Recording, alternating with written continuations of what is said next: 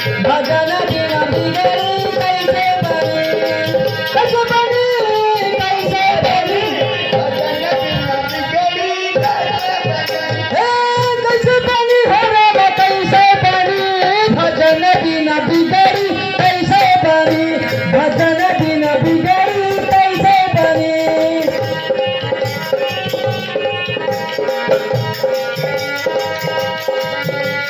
भैया गलत बनवाए जवानी, गलत पन आए जवानी, गलत पन आए जवानी। भैया कैसे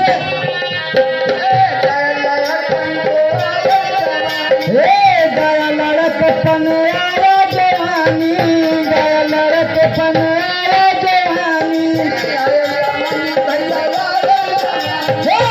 गलत पन आया जवानी, गलत पन आया जवानी, आया जवानी भैया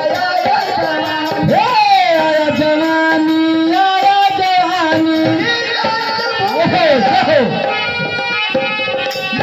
भूल गए मेहंदी के रंग, भजन बिना बिगड़ी कैसे बनी, भजन बिना